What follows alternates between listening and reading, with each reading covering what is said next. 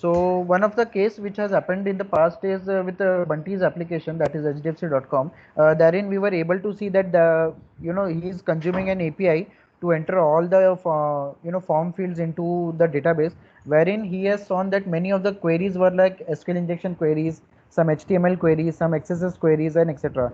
So the time when these data is directly feed to our call center team, they will not be able to understand what it is exactly. So there has to be a manual analysis, there has to be a manpower that needs to be consumed. The project team or the application team, the DB team has to come into the play and filter out this data and then give it to you.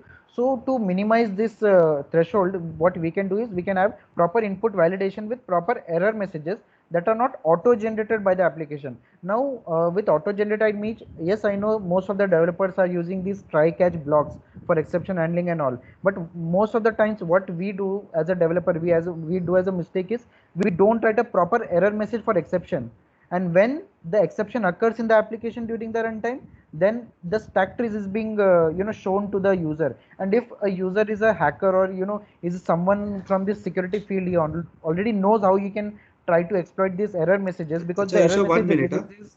1 minute. I want to add here.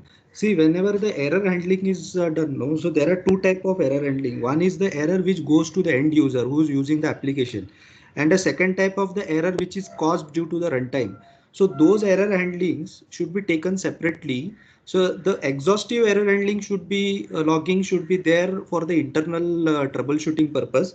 But while displaying the error to the end user or the application user, a minimal information should be passed to the front end user, the customer. So that care should be taken.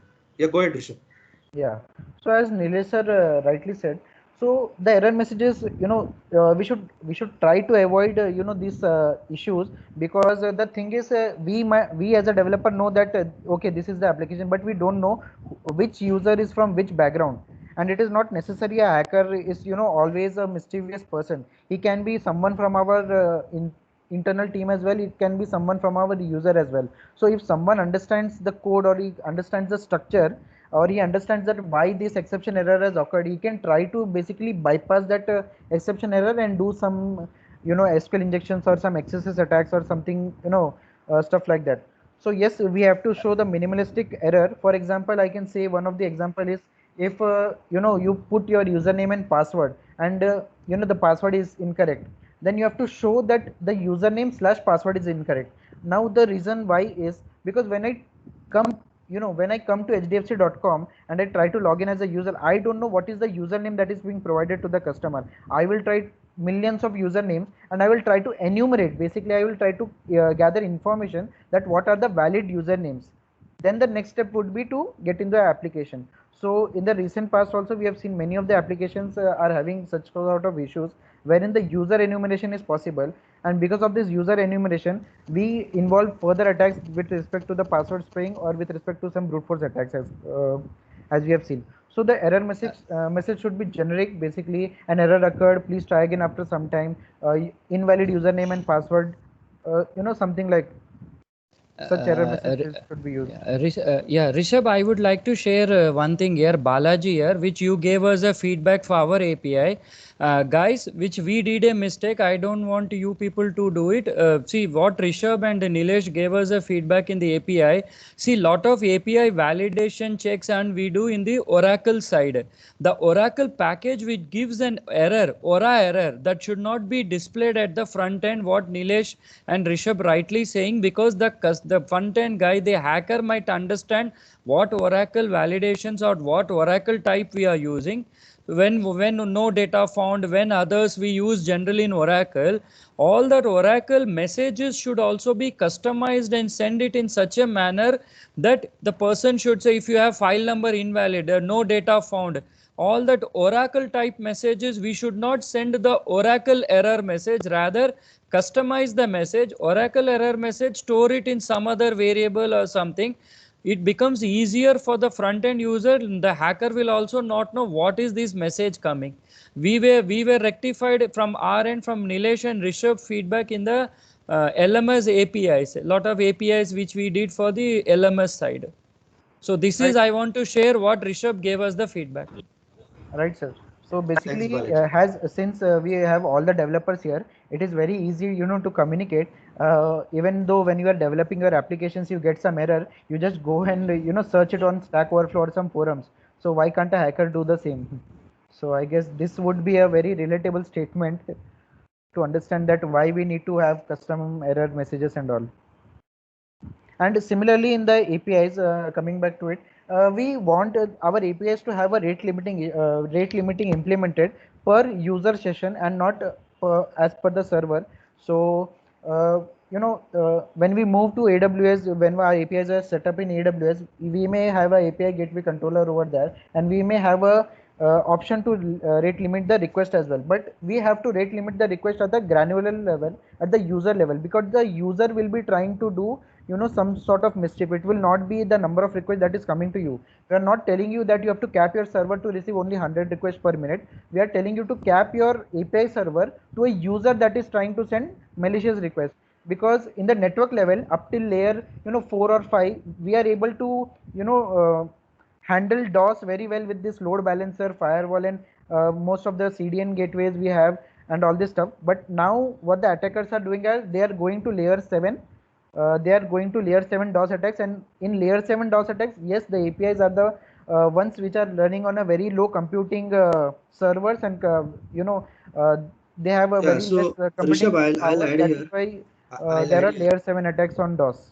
Rishabh, I'll add here. See, the attacks which are happening, no, one type of attacks are very obvious attack. It's a bulk kind of attack where you can easily find out, and you can see that it's a large number of requests are coming, from certain IP address and all. But there are certain type of attack which are layer 7 attack, which are called low and slow attacks.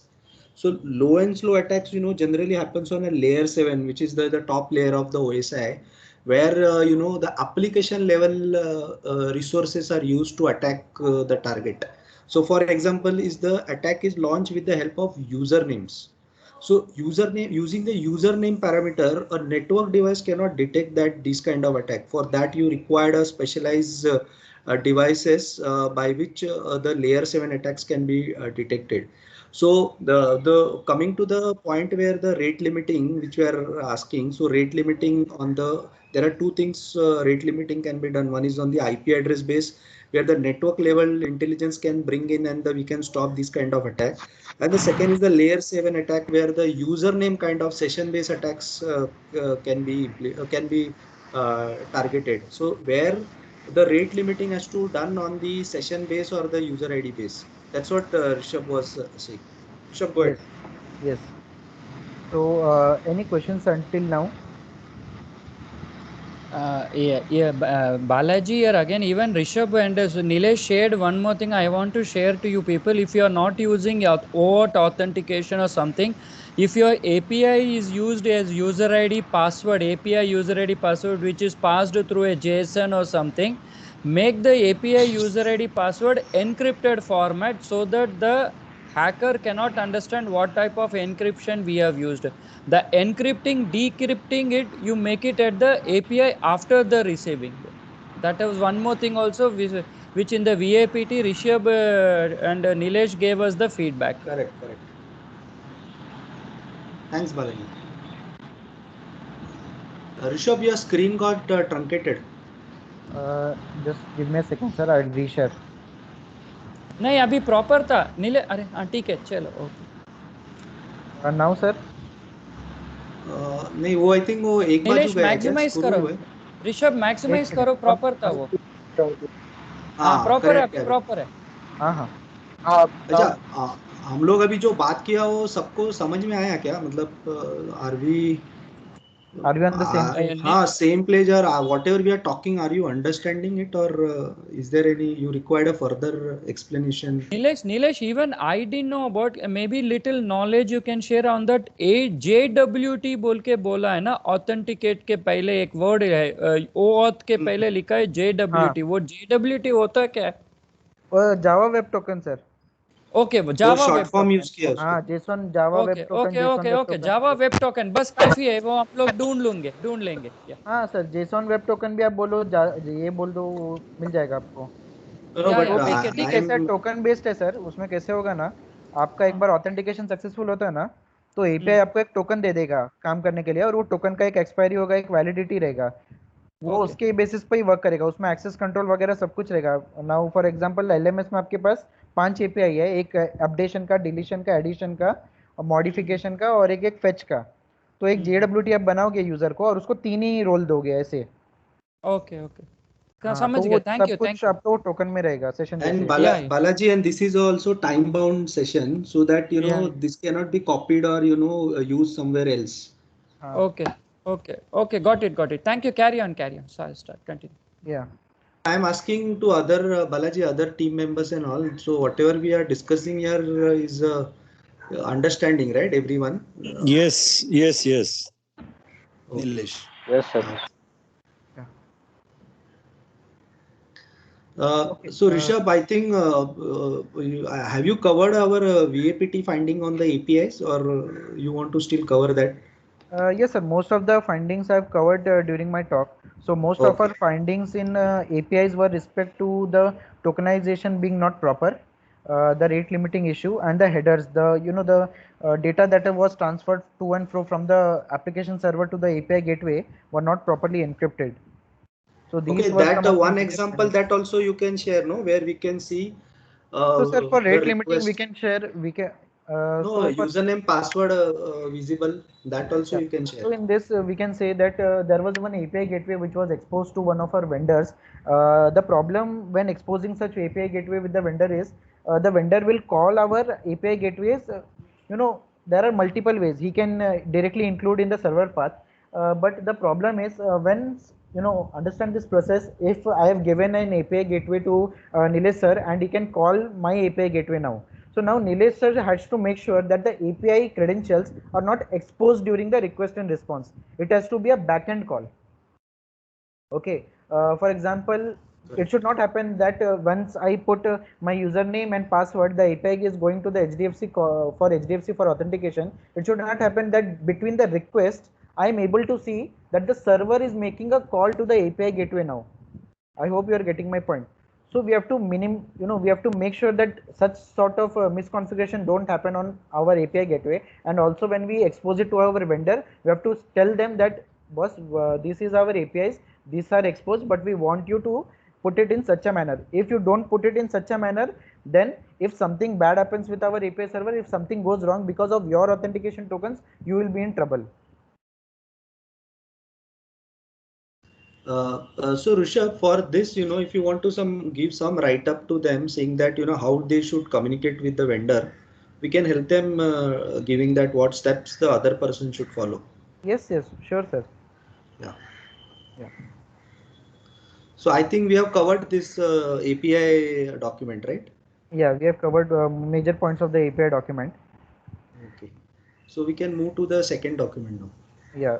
So we'll move with the web application security. Mobile application security. So in mobile application also, based on the OWASP top 10 and the attack vectors we have seen at HDFC, so we have identified the list of the general and the mix of guidelines which we need to follow for our mobile applications.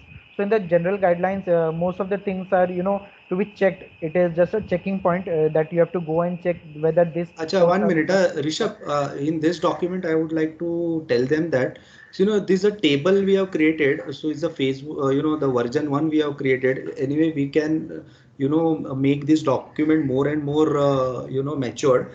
So right now, we have not defined as an ownership column because there some points may be reflecting on the infra side, or some may be with the joint ownership, or some are solely with the application owner. So we will do that. So right now it is mentioned in one of the descriptions, like who is going to do that. Second thing is that, while creating this table itself, we are mentioning a column of test cases and evidence. So whenever application goes for the testing with the auditor, so the application owner or the developer itself knows that what type of control as a evidence he has to maintain. So he knows that what question is going to come from the auditor and what I'm supposed to provide. So that also we have tried to capture, and we have mentioned in that evidence required to validate. So while writing the or coding the document itself, the coding the application itself, he should know that I should be able to provide this kind of evidence. Then my control is going to met and it is going to get verified with the BAPT tester or the auditor. So that also we try to accomplish so that it will be helpful for all of us. So Rishabh, go ahead. Yeah. So these are the basic general guidelines which we need to follow for our financial year 2021-22. So the one thing which we have to make sure that all our applications now go on TLS 1.3. Similarly, when we come down, we have to identify and keep that whether our application will have any maker checker sort of functionality, whether the simultaneous login is required. So based on the HDFC security point of view, we have to make sure that concurrent login is disabled. But similarly, if there are some application use cases, then once the point arrives in the VAPT report, the exception has to be raised for such points where the application needs to have concurrent login. Similarly, there are some default services that needs to be disabled. So as per the hardening policy, the server team, when they will allot you a server, they will already disable all these services, and the list of services can be gathered by your you can get it from your server team. Similarly, for the server team, these are the recommended ports which we want the server team to expose for our internet intranet. Similarly, for internet, we have to make sure that only 443 is getting exposed and not 8080 or port 80. So we want all our traffic for web applications and APIs to come only via 443 for internet. For internet, yes, we can have 808080 or some other default port as well, but these are the recommended ports. Obviously, if something goes out of this, if any team wants to use some 8085 or some 9090, obviously there has to be an exception or there has to be a request in place for the same. So these are the basic general guidelines. So coming up to the 1 minute, Rishabh, wherever the password or the username characteristics are mentioned, no, to be added. So if the application is going to use the AD-based authentication, then those parameters for the passwords and the username will directly fall from the AD. So you don't have to specifically mention or create anything on this. But yes, if you are having your own authentication mechanism, if you are storing your own username and passwords, then this password policy compliance should be added. Yeah, go ahead, Rishabh. Right. So based on our password policy which we have for our AD, the similar password policy we want all the application owners to follow, wherein they have their own authentication. Even if we are going for any third-party integration with some third-party application software, we want the third party to have checks with respect to the length, the complexity, and the account lockout. So these are some of the checks. In the option 6, this is an optional control. If any application team wants to show that how much stronger your password is to the user, this is the standard which needs to be followed by all of their application team. Also, Rishabh, Nilesh, I want to share which when you got also knowledge from Devang and Edgar that in public facing application, the more securing your application would be having a CAPTCHA also. Right. Yes. Right. So CAPTCHA will basically again try to help in sort of the brute force and the password spraying attacks. Similarly, for default password, it is very much necessary that we have to adhere to these conditions. We have to firstly disable all the default passwords, and we have to stop sharing any default password via SMS or email. This might be a practice, this might not be a practice with our applications, but we have to make sure that this practice is never followed in HDFC environment, because this is ultimately causing some of the other issues with respect to when user is getting involved. Might be his mail ID is already compromised, or might be his phone is having some SMS already being forwarded to some third party, some malicious something like that. So then that is why Rishabh, then when first time if I'm going to share an application, how do we share the password? There might be sometime a first time default password would be there. Then what is the alternative way to do? Because sir, see, once certain application we may I'll share one example. Some DSA channel payout is there, something a DSA we have may put it in public domain. We have to share the password which is initiated by our IT, where an application we have to share to our channel people. then how the communication will happen? Because SMS, if email cannot be done, then what is the alternative medium? Sir, Yeah, I, 1 minute. I'll address I this. miss, See, I Balaji. Uh, See, Balaji, there are two use cases to it. One is to mm, the password sharing with the end user, and mm. the password shared to the channel partner where we do a whitelisting and we allow. This is Okay. not whitelisting, Nilesh. This is a one application. Example, Public. I'm asking one application. We did it as an IT initiative for our DSS, BSS to check their payouts, कितना है, कितना file आया, business है. First time हम लोग ने एक बना के एक ईमेल ब्लास्ट ईमेल करते बल्क ईमेलिंग. उसमें तुम्हारा लॉगिन आईडी, तुम्हारे एजेंसी कोड है, पासवर्ड ये है, बाद में रीसेट करो बोल के हम नहीं नहीं लोग तो यू फोर्सफुली उनको रीसेट नो करवाते. तो फर्स्ट टाइम पासवर्ड हाँ लगेगा ना मेल yeah, में. Balaji तो sir, that is okay then. that is okay, हाँ that is okay, but you have to make sure कि समझो अगर जो आपका सामने का जो भी चैनल पार्टनर है ना, for example it is HDFC bank, so you have to make हाँ sure that it goes on their official email ID and not on their no इनका personal email official ID. Email ID में जाता है कभी, हाँ but कभी कभी कोई चैनल्स होते हैं जो बीएसएस होते हैं, उनका हाँ बड़ा कंपनी नहीं होता है, बड़ा साइट नहीं होता है, तो उनका खुद का प्राइवेट ईमेल आईडी जीमेल में कोई जाता सो होगा सो या बालाजी अगो या I will हॉटमेल में give you जाता होगा. हाँ I will give you a very good example over here. This is the hmm, case that happened long back with a Infosys guy. He was having an account in ICICI. क्या So what happened was the password was shared over the mail and the SMS. And okay to the luck of ICICI, the application team was maintaining when the mail was sent and what was the password that was sent. You know, या there was a complete log.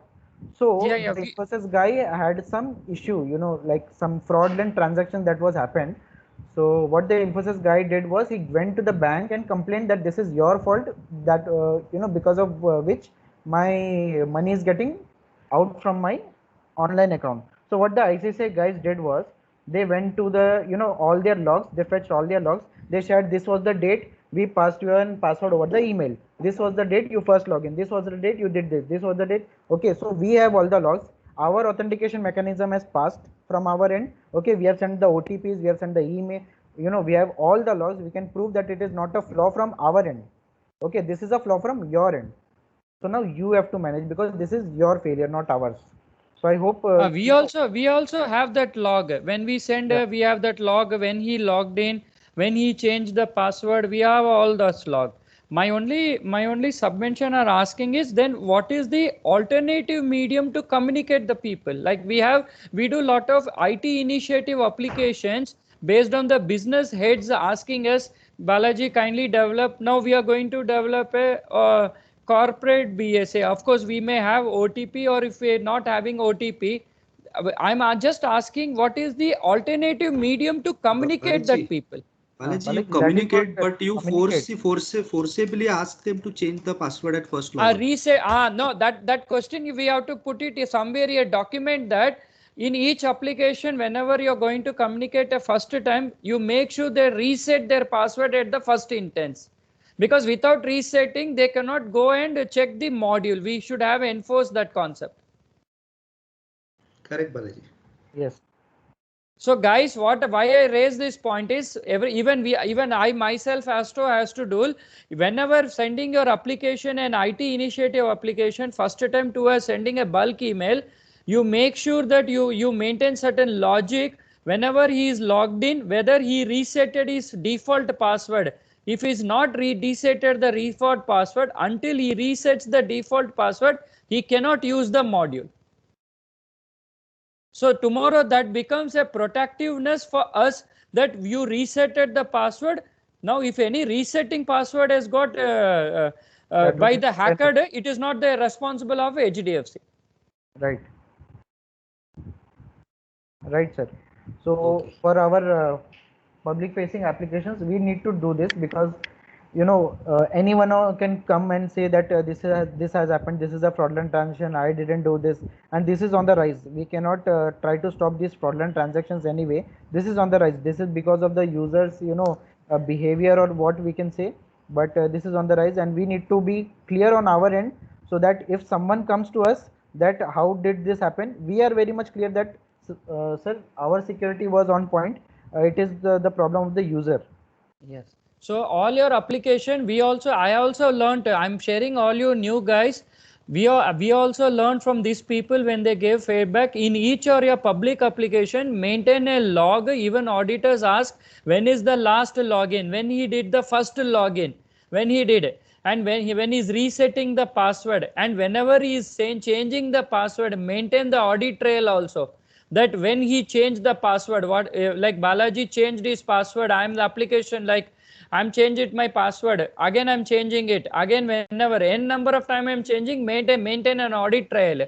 And if it is an encrypted type you're storing it, store that audit trail also, so that it becomes a proofing for us if anything goes wrong.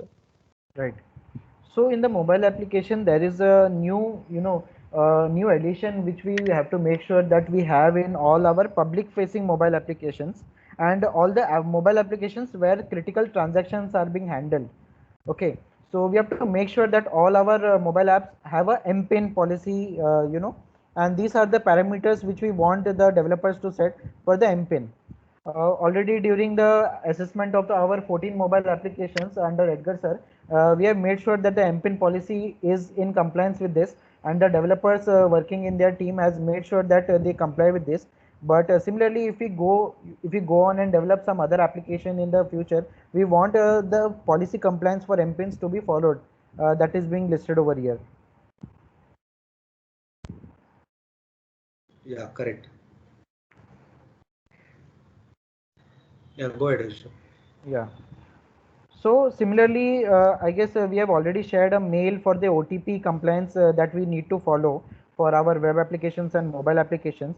So this is the part wherein the OTP policy compliance is being set up, and this is what we expect from the application. And during the assessment, this is the policy against which the application will be tested.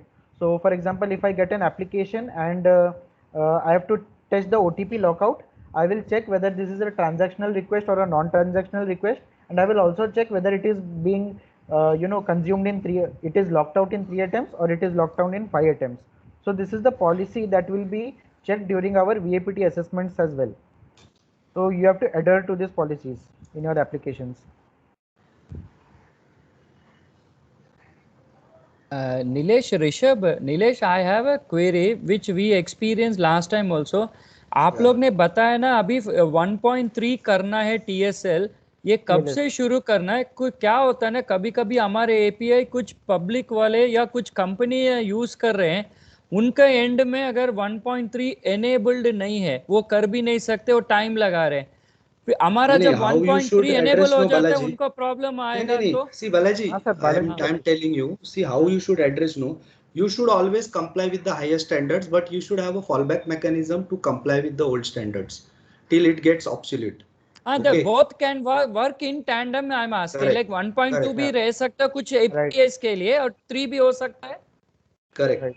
Till it get obsolete from the security standards point of view. Yeah. Because for example, हमारे API HDFC Life वाला use करते हैं, वो लोग change नहीं कर पाते तुरंत 1.2 से 3. अगर 1.2 का करना है ये तो कर सकते हैं ना. Yes, yeah, so follow this. No, what I said. Yeah, we have to be stern.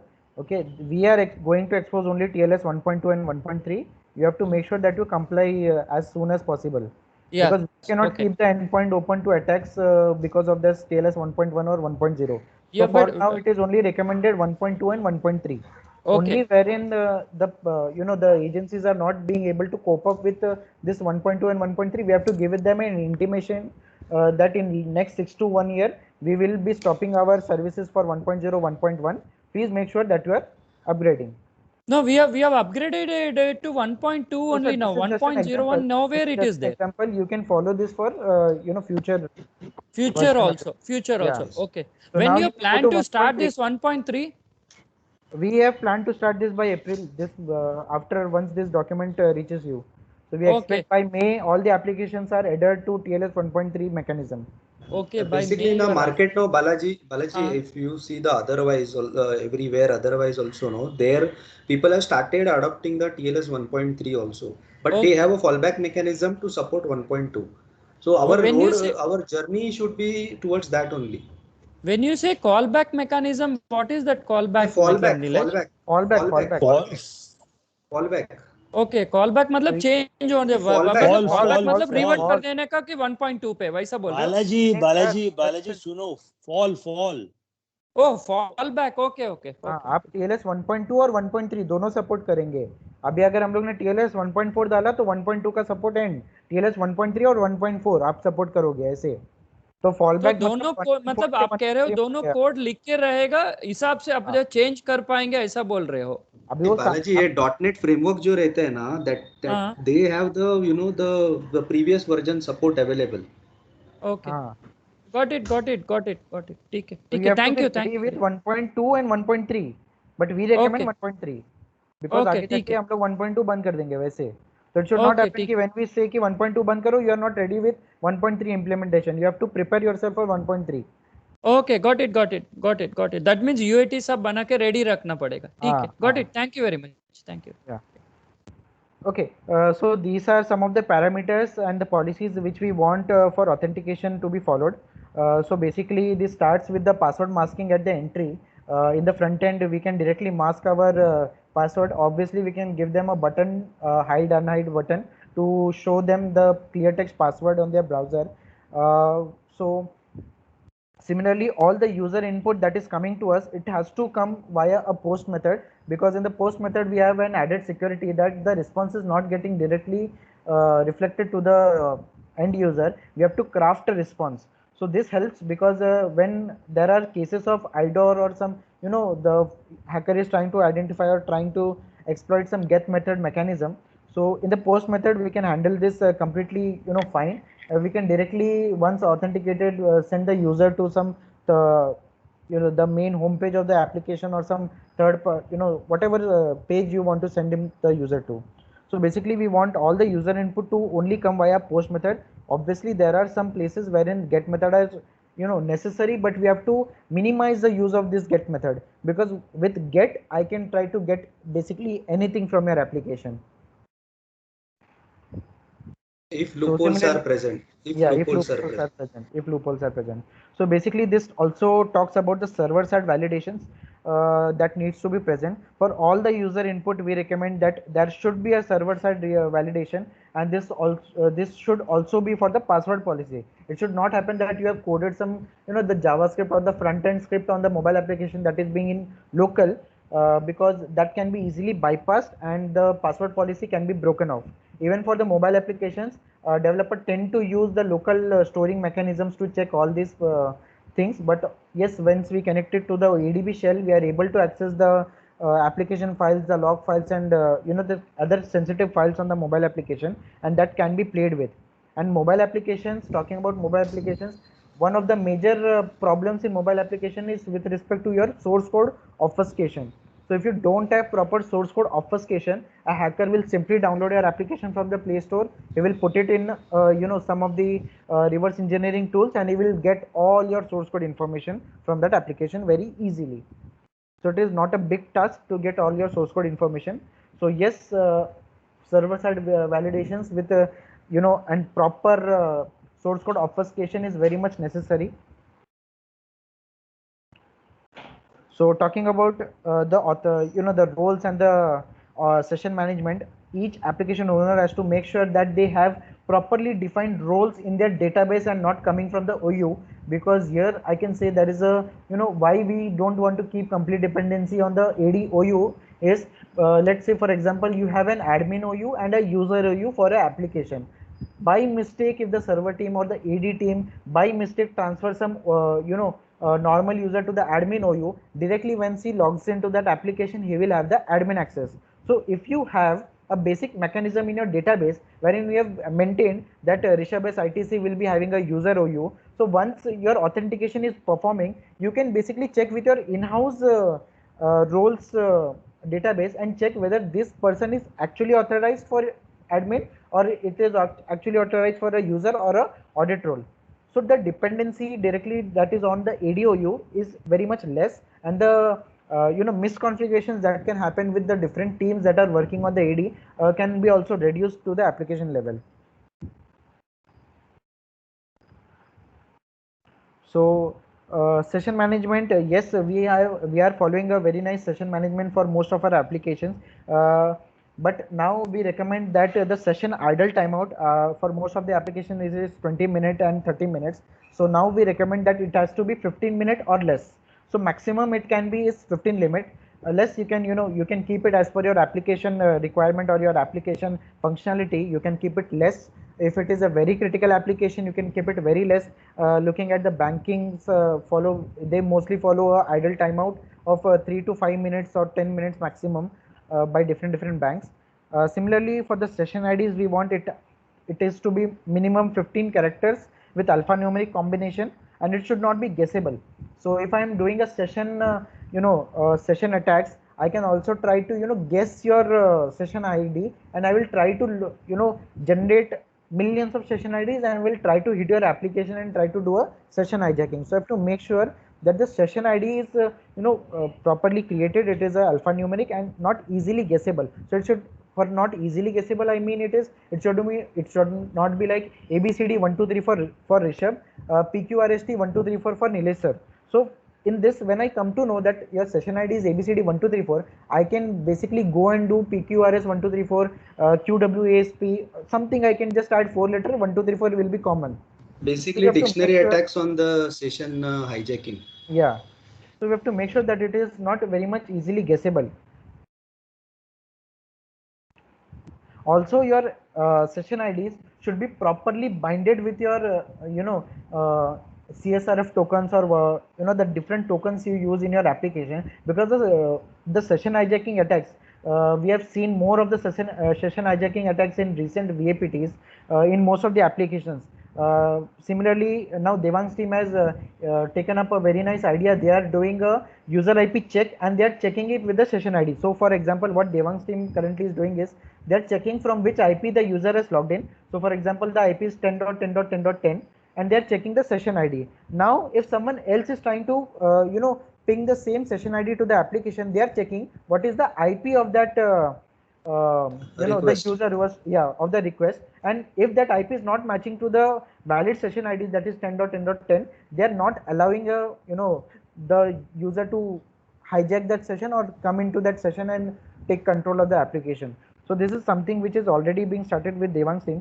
We will request the other application team also to implement this, as in when your application comes into the testing, we will be checking this phase, and this might cause some issues. We are not limiting you to use this IP based method only. There are different methods. You can also check whether the session ID is already in use. So for example, if I have logged in with an session ID ABCD, and if Balaji sir comes to log in and he is also trying to do some mischief, he is trying to put session ID ABCD, what the developer can do is he can check in his session table what are the active sessions. If he checks that this session is already valid, how can some other person try to put a request with same session ID? This should not happen. Impersonating the session ID. He should not basically able to impersonate. So at that time, the developer can show an error message to Balaji sir that something went wrong, please try again, or something like that. So basically, you have to make your session table very much secure. You can add more parameters. You can add the user ID. You can add the user agent. There are different parameters as a developer you can think of and add and make your session ID binded and strong, so that session hijacking is minimal. Rishabh, 1 second. I would like to know a little more. Tapan here. I would like to know how you authenticate the usual session IP. Have you registered? Are you maintaining any register for that? That this is the IP attached to this payload? Like 10.10.10.10. Via the command, they are trying to get the IP of the user. Correct.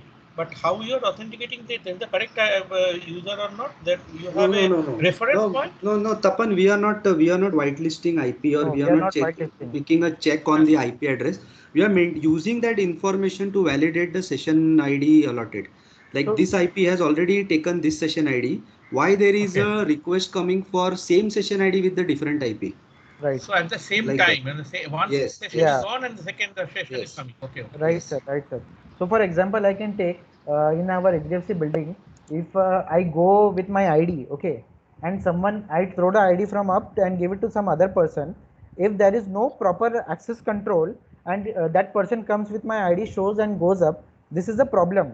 with the same ID 2%, how, why, how 2% are coming into it. So that is why we have that RFID system to track, and that people are tracking that this Rishabh ITC has just logged into this room. Why is he coming again from outside? He has not come outside. Understood. Then why is coming inside? At the same Yeah. time, two insertion cannot be happened. Right, for the same session Yeah. ID. Please carry on. Yeah. So these are some of the checks which we need to perform for input validation. Yes, we suggest whitelisting as a good practice. Whitelisting is considered as a good practice, but in some application wherein the user input is very much discrete, or we cannot say what type of input will be required for this. Then we follow the blacklisting of characters. So in blacklisting, we have listed out some of the characters which are used for different script based attacks. Yes, there might be some questions with respect to using that apostrophe, for some surnames like D'Souza or some De Silva sort of a thing. But yes, that can be whitelisted as per the application need. These are the parameters which needs to be blacklisted. So we have to make sure that when blacklisting, we don't affect the application functionality, and also we don't take in the dummy or some script data or some SQL injection data into our application from the input text fields. So these are the recommended parameters, but based on your parameter. So now, for example, De Silva can always come, or D'Souza, the use of apostrophe can always be in the last name and not in the first name. So you can, blacklist everything except that apostrophe in your last name parameter rather than the first name. So we have given a list, so you can mix and match based on your input requirement. Nilesh, Rishabh, I just want to give my input. Whether others will able to accept it, I don't know. See, in the generally in Oracle, the ampersand also should be blacklisted, because what happened, it can create an SQL injection hacking, because ampersand is like an input variable. It will, when you put an ampersand, it will ask a value what you want to inject. So when we went for a training, somebody an ampersand can be replaced to complete an SQL statement, it seems. So maybe ampersand should also be whitelisted. In Oracle, ampersand is an input variable. Yeah, correct. Right. So not only ampersand, sir, we can also add union all queries with some. Union ampersand. That is dangerous. When we went for an hacking training, one guy showed how an ampersand was used in the where condition or somewhere, and one guy completely wrote an SQL program for that. Right. So this is possible. So ampersand should be whitelisted. Blacklisted, I'm saying here. Yeah, sure, sir.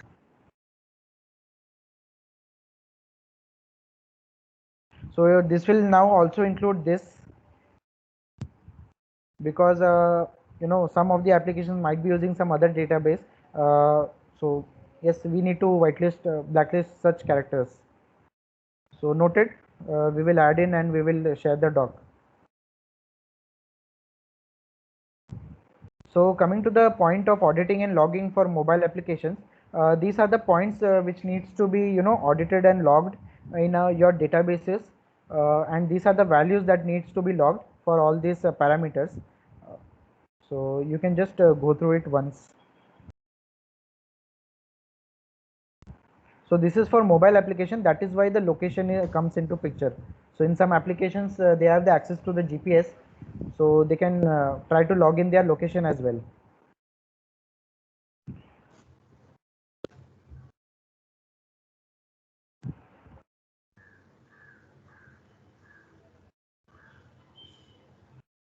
Coming to the point number 6, this is very much important. Most of the developers use the logs, the local log storage for the application.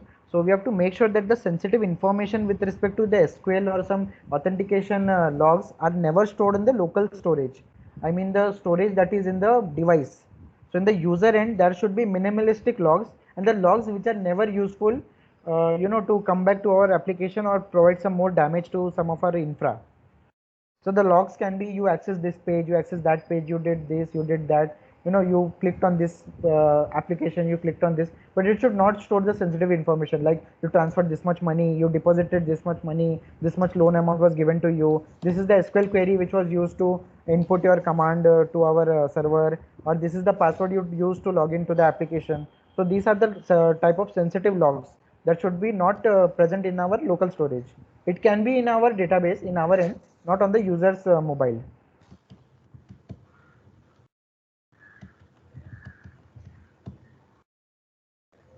So coming down, these are some application server specific checks. This is a joint responsibility of the server team and the application team. They have to make sure that these are some of the parameters which needs to be checked and to be disabled as per the requirement before going live.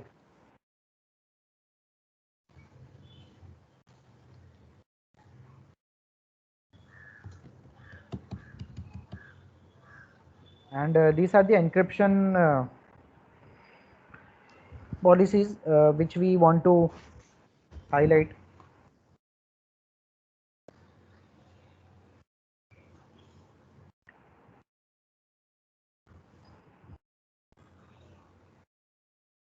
Okay.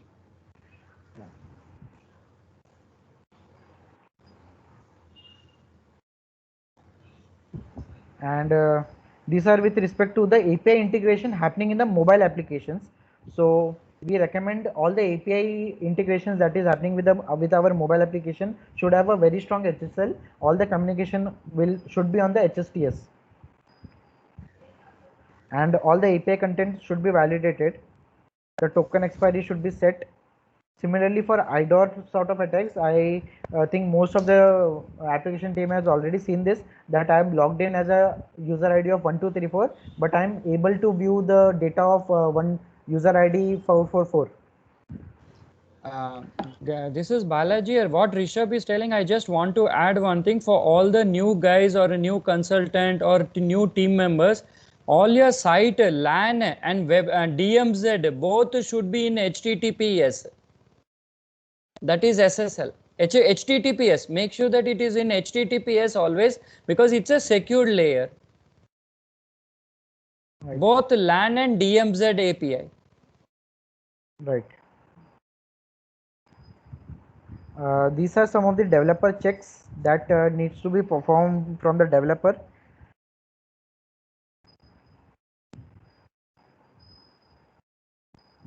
Okay, so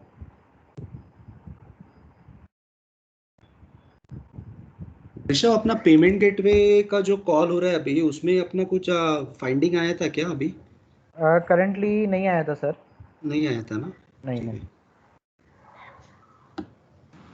Nilesh, ये document हम लोगों को मिलेगा ना all developer? हाँ, अभी mail करेंगे हम लोग सबको. This is just to broadcast for now. We will mail this to all the application owners and the team. Yes, fine. That's required. Yeah, so most of the questions are also based like how the auditor will ask. Auditor will come and tell you that show me the DR setup. So you will already have your DR setup for your application, so it will be easy for you. So this is not only with respect to the VAPT that will be going on, it is also with respect to the audit that can happen. इसमें ज्यादातर role वो infra team का आएगा, because infra team will play a role there. Yeah. So DR setup, backup policy and all, infra team will give you. But DCS and segregation of environments, this is something which you have to jointly sit with the infra team and discuss.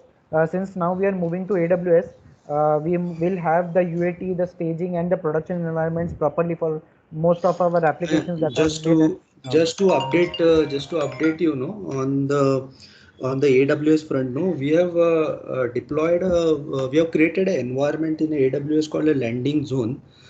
Basically it's a setup wherein, you know, all standards are followed, and under those best security standards we have created production environment and the development UAT environment. So, you know, once we follow this landing zone concept in the cloud environment, no, you automatically adopt you know, all the infrastructure standards which are bare minimum required, and auditors will never have any query or observations on the cloud infra setup when you implement a landing zone. So just for your knowledge, I'm saying we have already implemented a landing zone concept in our AWS. So we slowly will be moving or migrating the applications under that. So some of the Edgar's test applications are already gone under the landing zone of AWS. Yeah, good. Thanks. Yeah. Also, we have added. Rishabh, Nilesh, I want to share one thing which Shankar and other people always say. Can you go up to that UAT one, UAT live setup? See, guys, here one more thing. All the .NET developers, new people, new consultant, new team members who have joined. Whenever you're putting a LAN web.config, the database connection, any authentication, user ID, password, certain key values which you might have put in web.config, encrypt it. It should not be visible. Encrypt it, and always all the database connection use AP dollar. AP dollar, note the main schema. It has to be AP dollar. Correct, ये point Rishabh हम लोग ने डाला नहीं है, शायद ये हम लोग डाल देते हैं. डाल देंगे बिकॉज ये जनरली ऑडिटर्स रेस करते एनक्रिप्ट क्यों नहीं है web.config लैन का. इवन इन द डीएम जोड में अगर डेटाबेस कनेक्शन नहीं है बट आपका कोई की वैल्यूज है, कुछ आप एप्लीकेशन में यूज कर रहे हो, उसको एनक्रिप्ट में करो so that the somebody hacks the web.config, he will not come to know what that key actual value is. Very critical key values of web.config, database connection, links, कुछ की values, कुछ भी टोकन, व्हाटएवर टोकन का IDs वो भी है जो store कर रहे हो, एनक्रिप्ट करो. और एनक्रिप्शन का हम लोग अभी जो यूज कर रहे हैं, thanks to Paston and his team, वो लोग ने बहुत अच्छा हेल्प किया है. वो एनक्रिप्शन हम यूज कर रहे हैं, बहुत सही काम कर रहा है वो. This is I want to share Nilesh UAT setup और है. And all your UAT live has to go through VAPT. जब VATP ओके होता है तभी लाइव कर सकते हो. वो भी एक रूल डाल दो नीलेश इसमें. नहीं, वो हम लोग ने इंफ्रा टीम को सेंसिटाइज किया है. इंफ्रा टीम को हम लोग ने सेंसिटाइज किया है. या web.config should be encrypted. All critical entries of web.config. Right. So we have also added the OWSP top 10 attacks last document, which is of 2016 in the end of the document. So you can go to this link and also learn more about how the attacks happen and what are the attack vectors that the hackers try to come into, and what can be the business loss or what can be the critical or more fixes, more options that can be done to fix a similar attack. Yes. So this sums up with our mobile application security guidelines. If there are any questions, please let us know. If not, we can move to web application. Yeah, go ahead, Rishabh. Okay.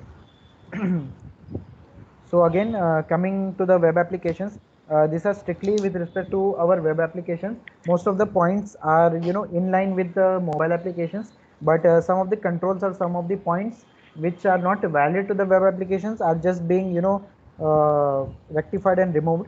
So for the web applications, the points are a bit less, but yes, it is in line with our mobile application values and the policy as well.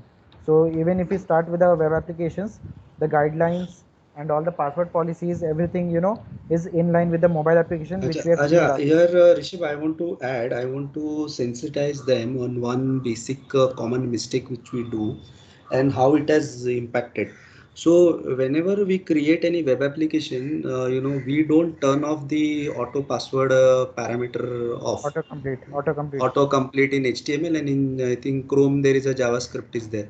So what happens is, people, users, they tend to save the password in the browser. Now any user's desktop gets compromised, and if they have a credential to read the password store of the browser, they can easily get all the passwords which are user stored for that application, and easily they can go inside and they can steal the information.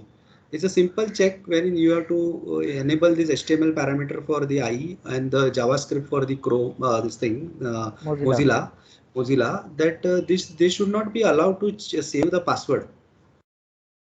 This was one of the important, and we should try to implement for the internal apps also, applications also. So the last VAPT which we did for the internal application, so the red teamer who did this VAPT, that is the auditor basically, he got the access of the one user and password internally, and because of that he can go to each and every application that user used to have the access, and he could see all the information. So it's a simple check on the browser side which will help us in the long run to control or the reduce the attack surface. Right. You just need to add an attribute in your username password field with autocomplete equal to off. And for Mozilla, the handling needs to be done via a JavaScript that is easily available. So yeah, so coming from the top, the general guidelines are most probably the same. The only guidelines that added extra is that you need to make sure that what is the IP and what is the URL that is going to be get exposed. Okay, so coming down, this is the same password policy which we follow for our mobile applications. Even if you have a ADOU, yes, it will be automatically configured. But if you have your own authentication, like for the users, this is what we need to follow for web applications. Similarly, we have the OTP compliance for web applications.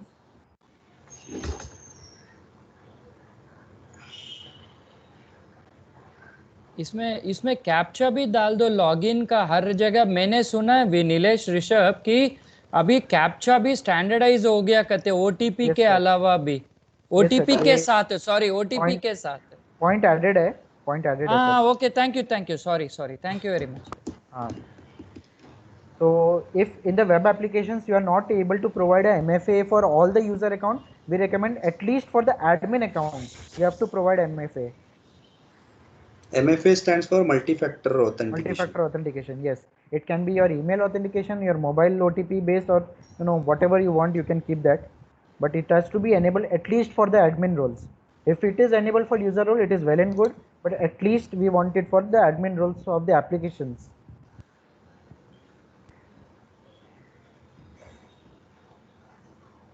Yeah. So the authorization again remains the same. So we would recommend that the application must have their own authorization table and not completely depend upon the AD OUs for providing these roles and groups in their application.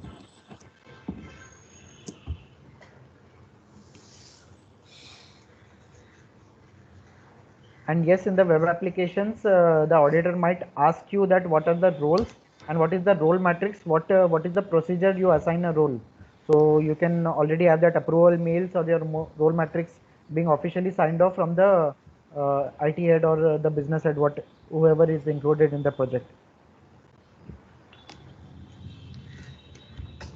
So coming to the session management.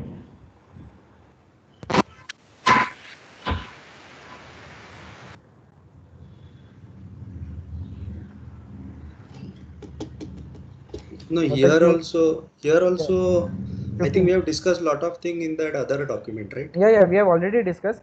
This is just a repetition. In mobile applications, CSRF attacks are a bit, not possible in mobile application, but yes, for the web application, you have to make sure that the CSRF token, the anti-CSRF token is implemented in your application and on all the requests that is being sent to the user.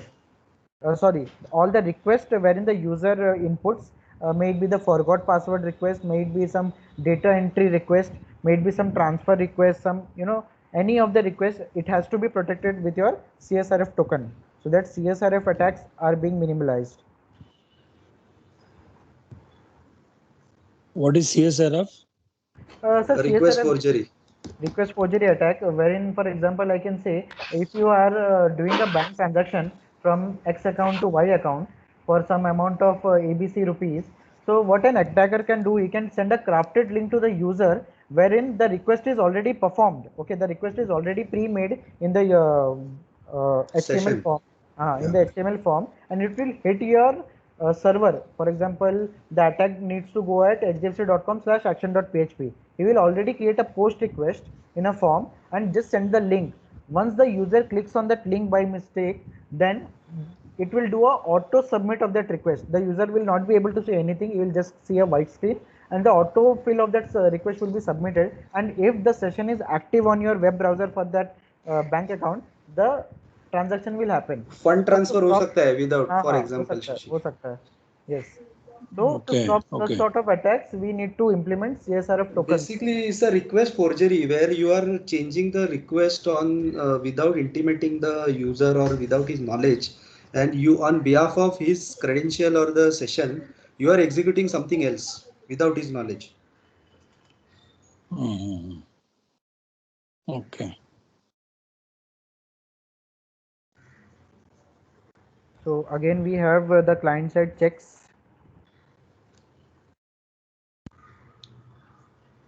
Input validation, server side validations.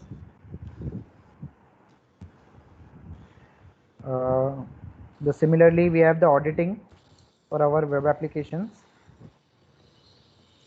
तो इधर ना हम लोग ने सब बोला है कौन सा टाइप का एविडेंस तुमको लगेगा which you have to preserve, screenshots and all.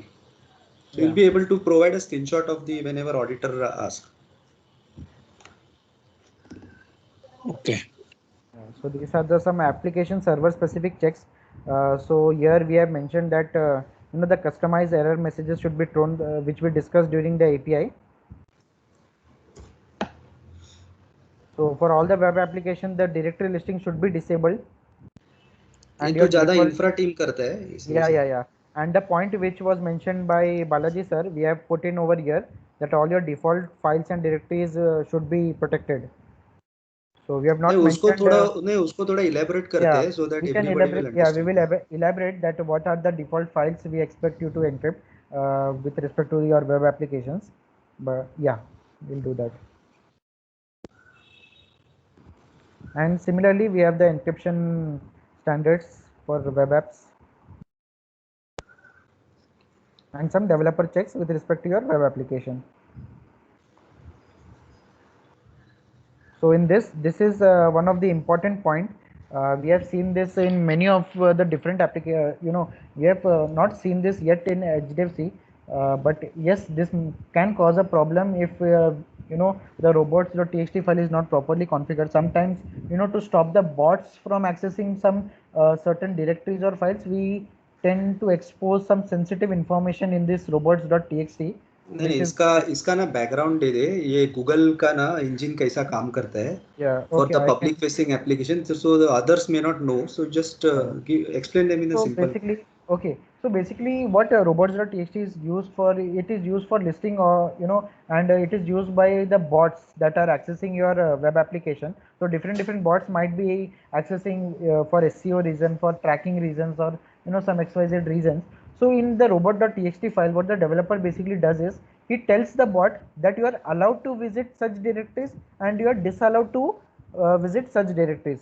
So when we do a disallow, when I come to an application, I see the robot.txt file, I don't want to see that, I would look that what is the directories that is disallowed for bots, because that might be something sensitive, that might be something, which can have एक minute, but अपना environment में if you want to relate, no, except for our main page, that is the www.hdfc.com, which we want Google to index it for the SEO purpose. There the robot.txt will come into picture, but normal other public facing, customer facing application, this robot.txt should not be there. Yeah, so you can see over here, you can see on the hdfc.com robot file, you can see there are some parts that are allowed, and similarly there are parts that are not allowed. So when I see this not allowed, I as an attacker will have an intimation why this is not allowed. Okay. So basically for our application, we should not have the robot.txt file present in our. So this is some sort of indexing that is not required, because this leads to some admin page.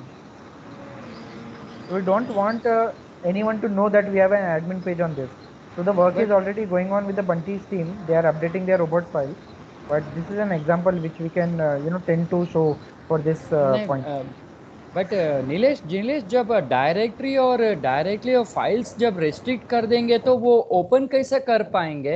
robot.txt file को अगर restrict ही कर दिया तो open नहीं अरे वो कर डालने पाएगा। का सर ही आप नहीं, रेस्ट्रिक्ट कर अपने को दोगे तो मांगता ही गूगल नहीं। क्या करेगा फिर? गूगल का बॉट कैसे नहीं एक्सेस नहीं करेगा? बालाजी, if हाँ you want to हाँ relate this with our environment, no, in our हाँ application per se, we हाँ don't need the robot.txt because we don't want somebody to index us और SEO रेटिंग आना चाहिए। ये किसको लगता है? जो मेन पेज जो रहता है ना, अगर तू हाउसिंग लोन डाला गूगल में, तो हाउसिंग लोन डालेगा तो टॉप टॉप 3 रिक्वेस्ट में HDFC का नाम आना मांगता है वेबसाइट का, बराबर?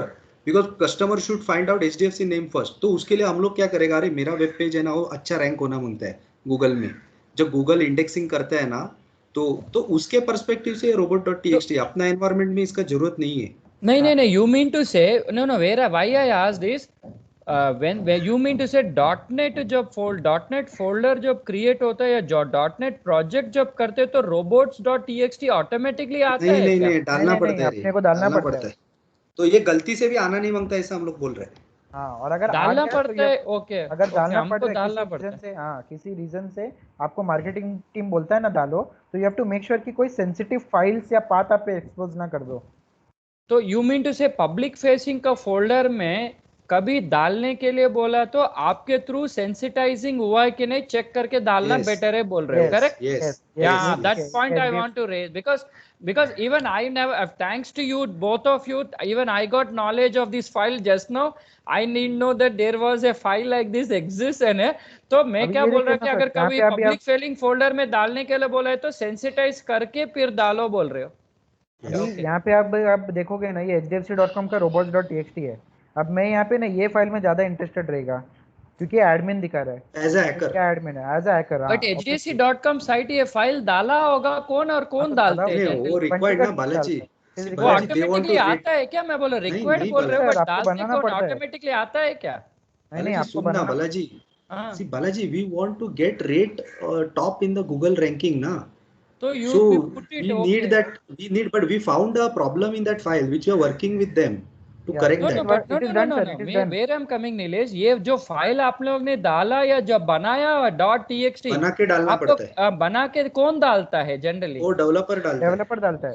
तो सर अभी अगर आप यहाँ पे एग्जांपल देखेंगे ना वो मेरा, I wanted that answer, developer को संभालना पड़ेगा फिर। हाँ ओके अभी यहाँ पे देखिए बंटी का टीम को हम लोग ने हाईलाइट किया था। अभी समझो ये एडमिन पेज मेरे को मिल गया डिसअलाउ पे, ओके तो as an hacker I will be very much interested कि ये क्या तो है, एडमिन पेज है क्या। ओके तो what I will do, I guys will ये जस्ट ट्राई टू ये एक्ट। सवाल क्यों पूछा कि ये जो hdc.com साइड है, इक्सुला बोल के एक कंपनी है, वो मेंटेन करता है, वो डेवलप करता है। जो वैसा कोई भी आप हम लोग साइट डेवलप कर रहे हो, पब्लिक में जा रहा है, रेटिंग वाला कॉन्सेप्ट ऐसा है, robots.txt फाइल अगर डालने वाले हैं तो सेंसिटाइज इनके थ्रू सेंसिटाइज करके डालना चाहिए, correct Yes Nilesh? yes yes अभी yes। यहाँ पे भी देखिए ये लोग ने एक्सपोज किया था, बट ये लोग ने अभी उसको प्रॉपरली हैंडल कर लिया। वो लोग ने बोल दिया यू आर नॉट ऑथराइज। समझो अगर यहाँ पे लॉगिन पेज हाँ आ जाता तो यहाँ पे अटैक चालू हो वो जाता था। PHP माई एडमिन है ना, वहां से फिर हाँ तू बैकएंड कंटेंट चेंज कर हाँ सकता है वेबसाइट का। हाँ तो ओके। इनका robots.txt में एक्सपोज था, तो ये नहीं ओके होना चाहिए, ऋषभ ऐसा नहीं होना ऋषभ, चाहिए। दैट वो लिंक जो दिखा है ना वो गुड, वो क्या है एग्जाम्पल है, अपना डॉक्यूमेंट में डाल सकते हैं तो देखो ना कि नहीं किसी सर को अभी लगेगा कि ये यूट्यूब पर नहीं रिस्ट्रिक्शन डालेंगे। क्या करता है ऐसा। नहीं Balaji, यूट्यूब what we पर are डालेंगे। saying is that robot.txt first of all should not be used in our case with our team. If somebody wants to use, please take our consent.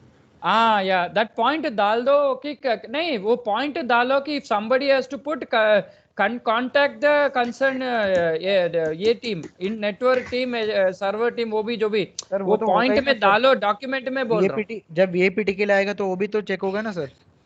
हाँ ये नहीं, ये भी point डालो कि during VAPT this will be also checked and it has to go through then only site will be live बोल के ऐसा। Yes sir. बालाजी इधर हम लोग लिखा है ना हाँ robot.txt should not be exposed, तो इसको यूज ही नहीं करना है। सर जब वीएपीटी होगा ना ये सारे पॉइंट्स चेक होंगे, जो भी हमारा टेस्टर रहेगा ये सारे पॉइंट्स चेक करेगा और रेस करेगा। Okay okay okay. So similarly, we have the reference document for web applications. Yeah. Thank you Rishabh, it is very nice, it is very I think we exciting have for us. covered. अच्छा Yeah, एक we have minute covered. Rishabh, हम लोग का जो top 10 attacks कुछ summary याद है तेरे को, जो Yes, sir. मतलब वर्नेबिलिटीज जो हम लोग को मिला है, Yes. वो थोड़ा शेयर करेगा जस्ट 5 मिनट्स में। Okay. जस्ट बता दे क्या अपना एनवायरनमेंट में क्या गलत जा रहा है वो ज्यादा. Yeah. So most of our attacks that has been reported with respect to the last last 1 year 2 you years, can say. yeah, 1 year or 2 year VAPT, we have seen that most of the attacks were with respect to this SQL errors being displayed, the improper session timeout, some of the improper cache control headers, the security headers in the response that was not properly configured. Most of the issues were respect to this SSL certificates. The weak ciphers were used. That TLS version was older one. वो infra Yeah, का point that था. is obviously that is the infra point. And yes, in some major applications there were HTML, XSS, and SQL injections that were being possible. So these are some of the attacks that are getting repeated again and again in most of Findings our basically. applications. Yeah, Findings. findings. So I think we thought that this guideline document will be helpful for you if somebody has not thought on this kind of secure coding practice do exist, and at least we can think and we can start implementing those. So that was an objective and idea. या even Rishabh तुम्हारा Excel में ना TSL 1.0 का भी attack entry है, वो भी बता दो, दिखाओ, है एंट्री है उधर भी. हाँ हाँ है ना, तो मैं वही बोला कि मोस्ट ऑफ द अटैक्स जो या था वो SSL रिलेटेड वो थे. भी अटैक होता है बोल के. हाँ हाँ अटैक होता है वो ये देखो because of that TSL cyphers होता 1.1 है. है, देखो हाईली TSL 1.10 लिखा है, देखो. Yeah, Balaji, understood. Very excellent, Nilesh and Rishabh. Excellent session. I think all of you have given this. But what I would like at the end of this session, what happens many times we have, all of us have this set of session and it's almost 1.5 hour session. I don't know how many people will remember certain things, not remember. I think best is to make a good bullet points out of this, especially Rishabh, the last 1 year, the repeatable observation which you said, that has to come out properly in the top 5, that any new development, any customer facing application may, that repeat should not happen at all. So we should have a very bold, some 4-5 top whatever findings you have. No, let us publish that. This is easy to remember because this is a big document.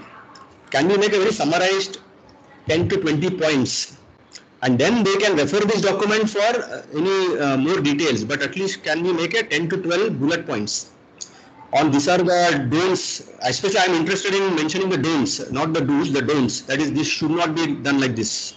Right. If we can make that, especially based on the last 1 year, whatever VAPT findings are there. And then this document is fine, whatever you people have shared during this session, all that, many of them will remember or may not remember, but I don't know. But this I would like to present. That will be helpful immediately if you do this. Everyone can start reading. And whenever they publish any site on the customer portal, these are the top 10, 100% they should check before releasing to the production. I think that is the assured outcome of this whatever meeting and this good session. Otherwise, क्या होगा ये सब session ना बाद में effectiveness, we have to see the effectiveness also, right? So now next time say VAPT all these things should not come. Nilesh, that will be our core objective of this session is we want to reduce the findings in the VAPT, especially the high and the medium. Yes. That is objective. That is the objective of this session is high and medium should drastically come down. Anyway, it has come down, I think, over the period, but still it can further come down. That's it. Maybe Shankar, one more suggestion with Gauravi and Murgesh later on we can think कि in our .NET standardized PDF में this all content should be added so that when they are reading they will read this also together. No, Balaji, what I'm trying to say is big document reading will be difficult. Let us make some bullet points of some. That bullet points only I'm telling. That bullet points should be mentioned in that document I'm telling. Correct. So that PDF while reading they will read these bullet points also, not to be done what. Okay, fine. Okay, good. So next I would like maybe Devang, Pashtan, Murugesh, I don't know, we had a call last week. .NET normal coding standards. Okay, that I want you people to prepare and so that we can start that, including version control, the release methodology, the UAT, what should be done, whatever we discussed last week. I think Gauravi, all of us were there, the .NET team. I think that session should also happen to all the consultant and developers because all this ultimately will give us a good quality product. If everyone follows this, we will ultimately we all will save time in explaining all the developers and coders repeatedly. This type of session is going to help all the developers that they follow consistent standard practice. So I think let us move this month. Every week we should start so that we don't have much of a problem in our quality of development, secure code as well as coding standards. Okay, that is it. Yeah. Yeah. And all our team members, do not share this document outside because it is our internal document. Don't share it to outside people. Yeah, Just thank you, because sir, for आपको mail है, There are a lot don't of share it efforts have outside. gone. Lot of Yeah, efforts A have lot gone of by efforts actually. have gone. Do not share this internal document of HDFC Warranties outside anybody. As of now, share it with IT team only, IT department. Then you people decide the bullet point and other things. Yeah. Yeah, as of now, share it only with IT team. Yeah. Okay. yeah. And So, there is Thank you, a Nilesh and Rishabh. Very certification. insightful. Thank you very much. Acha, and just to add, there is a certification has gone against this document by our security consultant also. So, whatever we are talking here, those are well accepted by the auditors also and in the industry also. Yeah. Okay. Thanks. So if Nilesh, if you have any nice with any presentation. guidelines, we can have it. I think Nilesh, Risha, all Nilesh. document now don't start circulating. We'll decide how to do this. Okay. Sure, sir. No need to circulate in email or a common folder. That we will decide how to do. Sure, sir. Yeah. We should keep it as a reference somewhere on intranet or something like that instead of sharing all over the place. Yeah. We should not do that. Let us see how to share this and make it protect this. Yeah. That was my point. Yeah. Yes. We can protect it with DRM and keep it only read-only available for internal purpose. Yeah. Yes. Okay. Acha, Yes, one more Sashi is thing. trying One to more say thing. something. Sorry. Sashi is saying. One minute. One more thing. Apart from this, I didn't had a time actually, but we have started, documenting a detailed process of our VAPT, about our VAPT process. Till now, in our policy and procedure, IS policy and procedure, we had only generic statement about our VAPT, wherein that VAPT will be done and all. But we have now created a detailed process of how the VAPT is being carried out. So in that no, we have explained the process of if the finding comes, then high, medium, low, how are we going to address?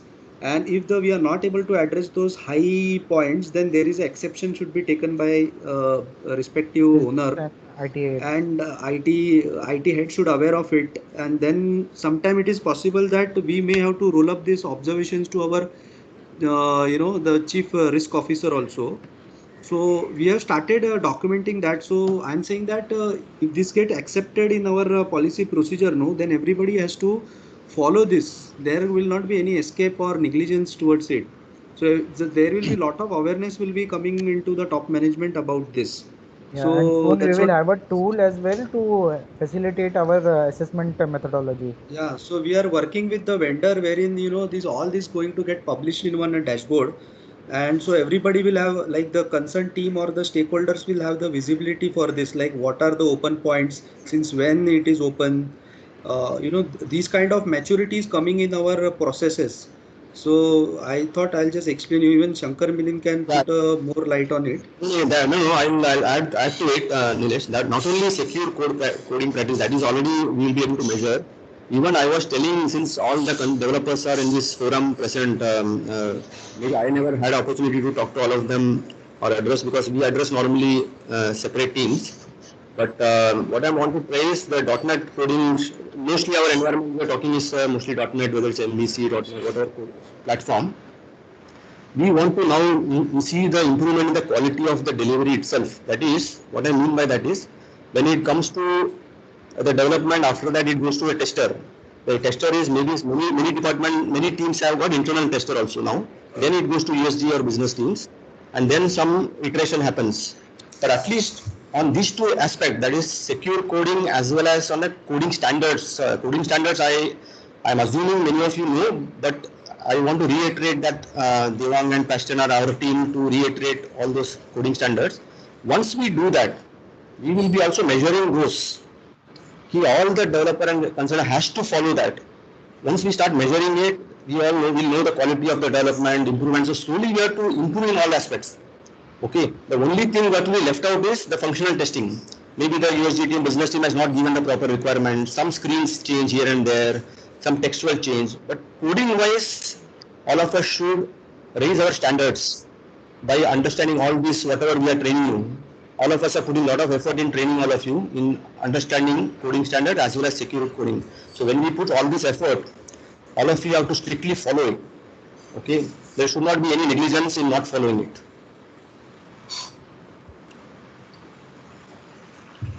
Yeah. Correct. Anything you want to add? Milind, on the governance point, you want to put a light? How it is going to get reported and all? Yes. So from a governance perspective, let me explain to everybody that we have 3 levels of committees formed within the organization as per the requirement of NHB and RBI. At a very top level, there is a IT strategy committee, which is a board level committee. Followed by we have IT steering committee and information security steering committee. Okay, these are the operational level committees. So anything and everything related to information and cyber security is rolled up and update goes up to the IT strategy committee, which is a board level committee. Plus the minutes of the strategy committees are placed in front of board.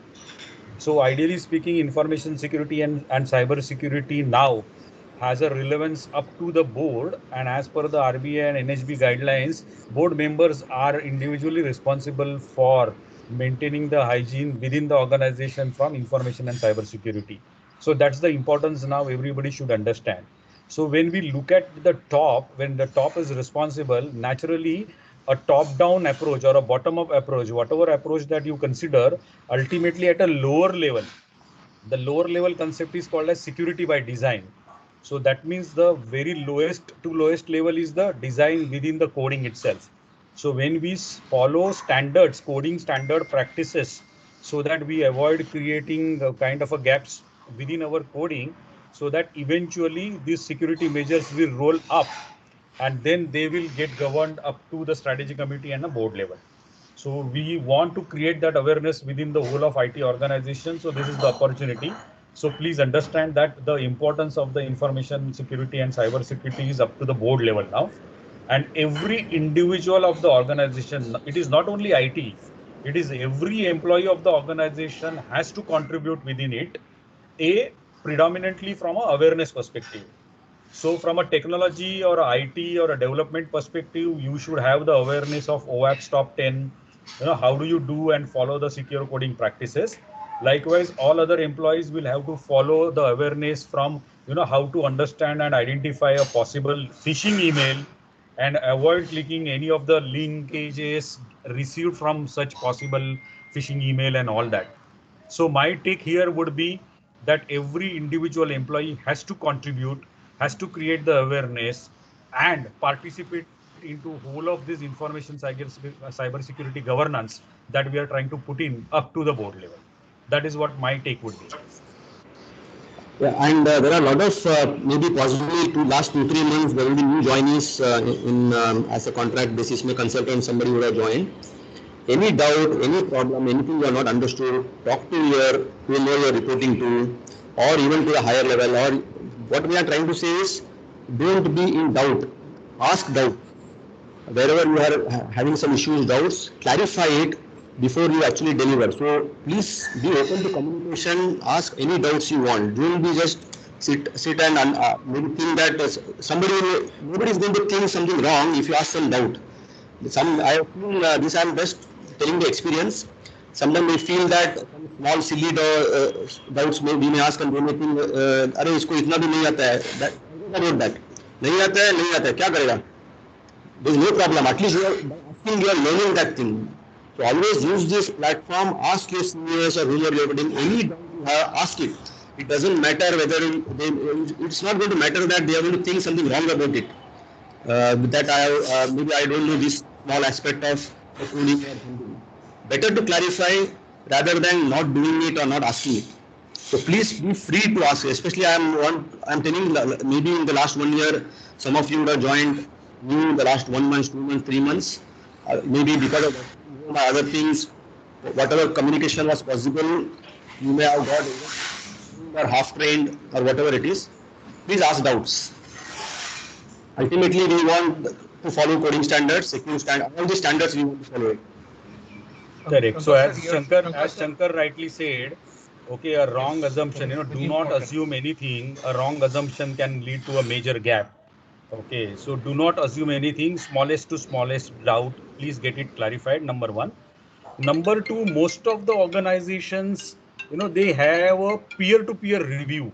So my suggestion would be that if you have a peer-to-peer review process that you follow, then within the peer-to-peer review also just see whether you can have a checklist from the perspective of secure coding standards.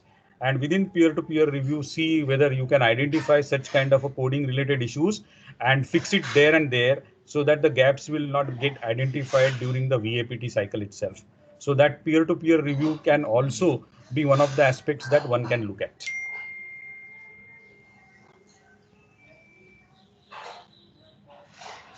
Good.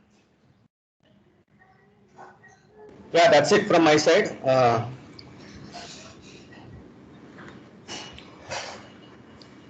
Hope all of you are very clear about all whatever we are trying to say.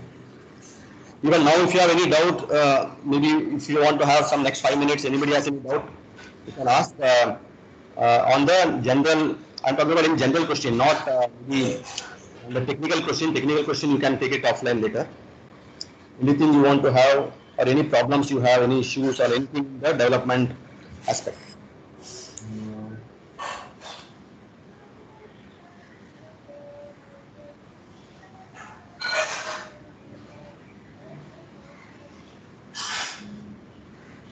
Okay.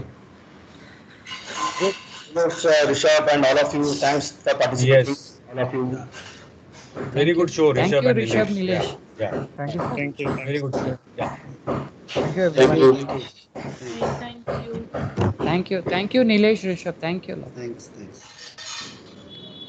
Thank Thanks to you, all. Nilesh. Thank you.